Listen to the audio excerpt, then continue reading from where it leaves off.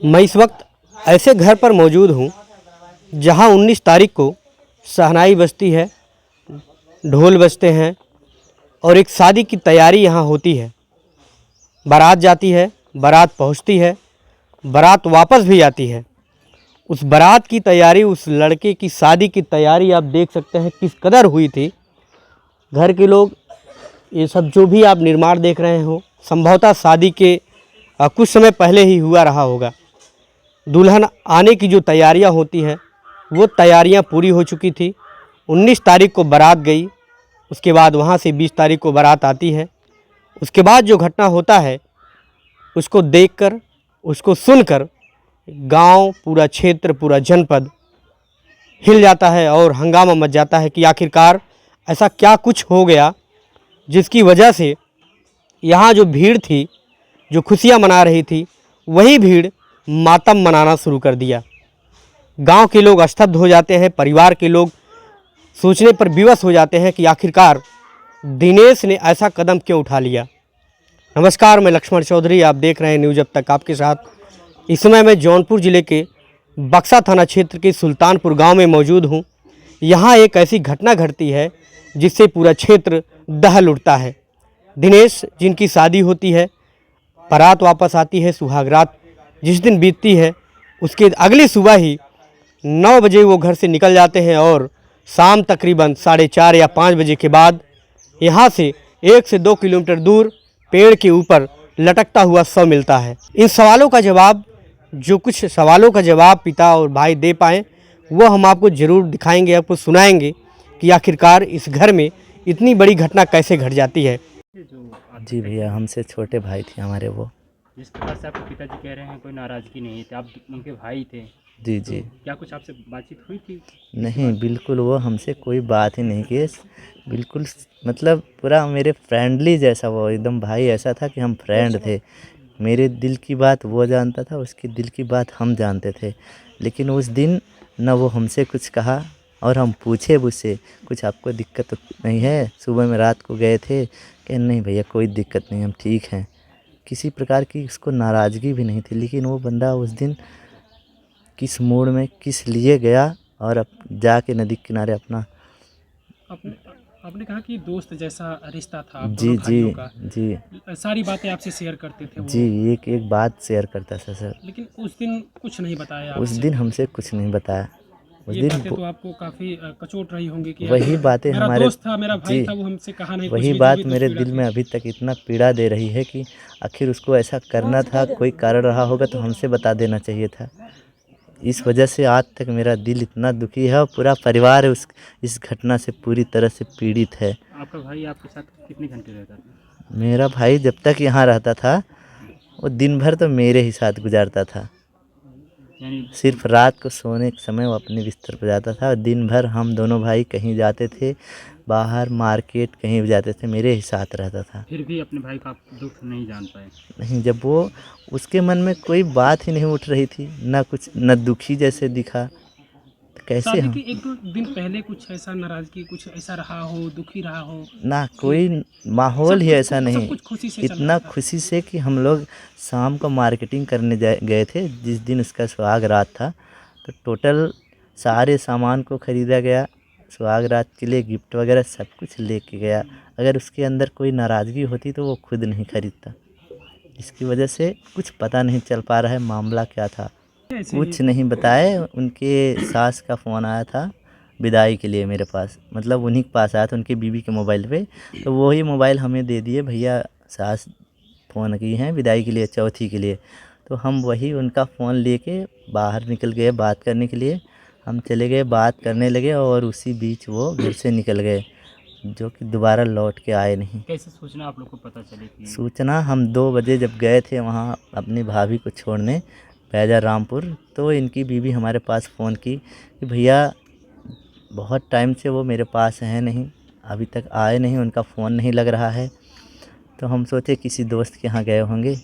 हम भी जाके उनके दोस्तों के यहाँ गए, पास में जो दोस्त थे और जिनका नंबर मेरे दोस्त उनके दोस्तों का था, उनके पास फ़ोन करके हम पता किए कि आपके पास मेरा भाई गया है क्या? तो किसी ने नहीं, सभी बोल रहे नहीं, कोई यहाँ आया नहीं, आपका भाई तो आया नहीं है।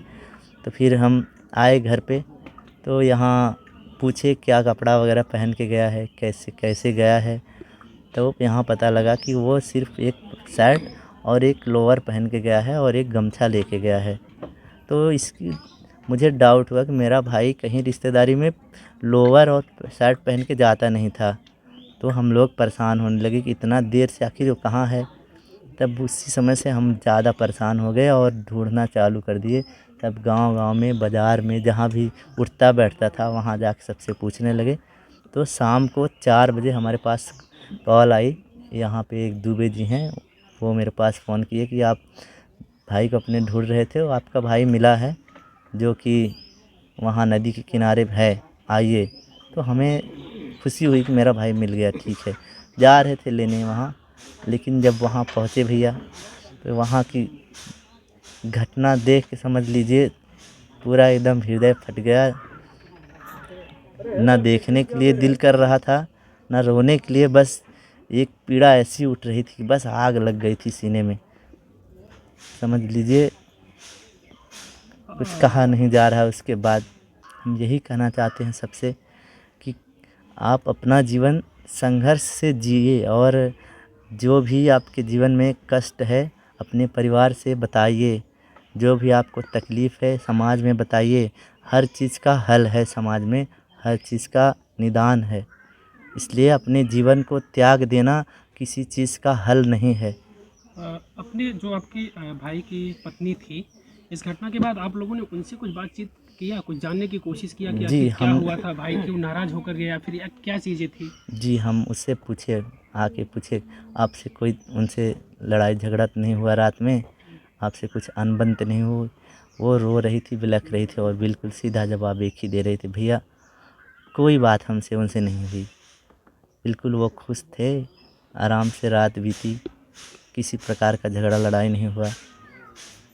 उसके आगे हम उसको ज़्यादा परेशान नहीं कर सकते, क्योंकि मेरे घर में वो दुल्हन के रूप में आई थी, दुश्मन नहीं थी, वरना टार्चर भी करते उसको हम।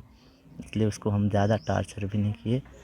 और आप कह रहे हैं कि हर समस्या का निदान है। क्या शादी में चूक हो जाती है, क्या आपसे चूक हो जाती है जो भाई प्राण त्याग देते? वही समस्या तो पता नहीं चल पाया ना भैया जी।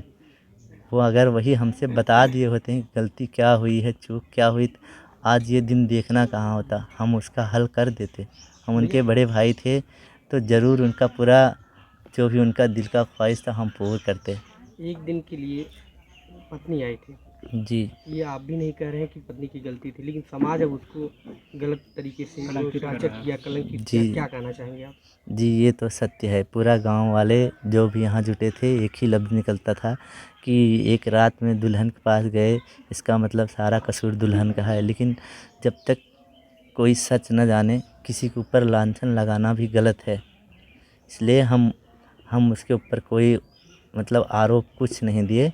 हम उसको सीधा यहाँ से अपने घर से उसको हटा दिए, ताकि उसको इतना लोग बोल रहे हैं, उसको इतना तकलीफ़ ना हो।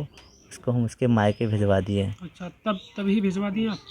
उस दिन उस मतलब जो दुर्घटना हुई उनका अंतिम संस्कार करने के बाद अगले दिन भेजे हम अच्छा, सुबह। क्या किस शर्त पर कुछ बातचीत हुई है उनकी? कैसे कैसे आपने भेजा उनको? हाँ, उनसे बोल दिए भैया अब तो मेरा भाई तो है नहीं, और मेरा कोई छोटा भाई भी नहीं है कि हम आपको अपने घर में रखेंगे। और यहाँ समाज, गांव, देश सब आपको उल्टा पुल्टा बोल रहा है। कहीं आप इससे परेशान होके, गुस्सा होके आप भी कुछ कर लेंगे तो और बड़ी विडंबना हो जाएगी। अभी तो मेरा भाई ही गया है, एक और दुर्घटना ना हो इसकी वजह से उनको हम भिजवा दिए उनके घर। अच्छा, यानी समझौते के तहत आपने जी, हम अपने उनको भाई की पत्नी को भिजवा दिया जी वहाँ उनको पर। भिजवा दिए। उनके पापा मम्मी को बुलवा के आराम से अच्छी तरह से उनको विदा कर दिए। भैया हमारी तरफ से उनको किसी प्रकार का तकलीफ़ ना हो। हम यही चाहते हैं कि हमारा तो परिवार बिखर ही गया है, हमारा परिवार टूट गया है, तो हम दूसरे को क्यों परेशान करें। हम उनको कुछ न दंड दिए हैं, ना उनको कुछ अवहेलना किए हैं, ना उनका अपमान किए हैं।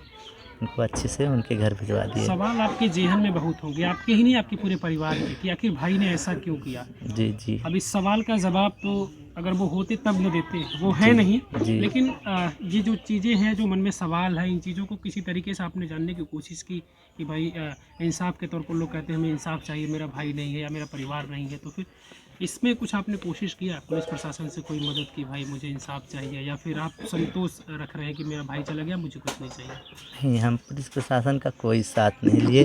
जब हम देख रहे हैं इतना परेशानी हमारे घर में है, हम लोग वैसे परेशान हैं, हम पुलिस प्रशासन को बुलाएं और ऊपर ये और ख़र्चा वगैरह और ख़र्चा होगा। हम लोग इसकी वजह से हमारी परिस्थिति उतना ठीक भी नहीं है।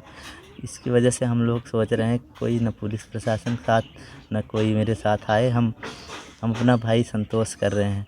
वो जब किसी का कोई वजह ही नहीं बताया, हम क्या पुलिस प्रशासन बुलाए, किस तरह से क्या खोजबीन करवाएं। किसी के ऊपर शक वगैरह? कोई शक भी नहीं है किसी के ऊपर कि कोई ऐसा कर सकता है।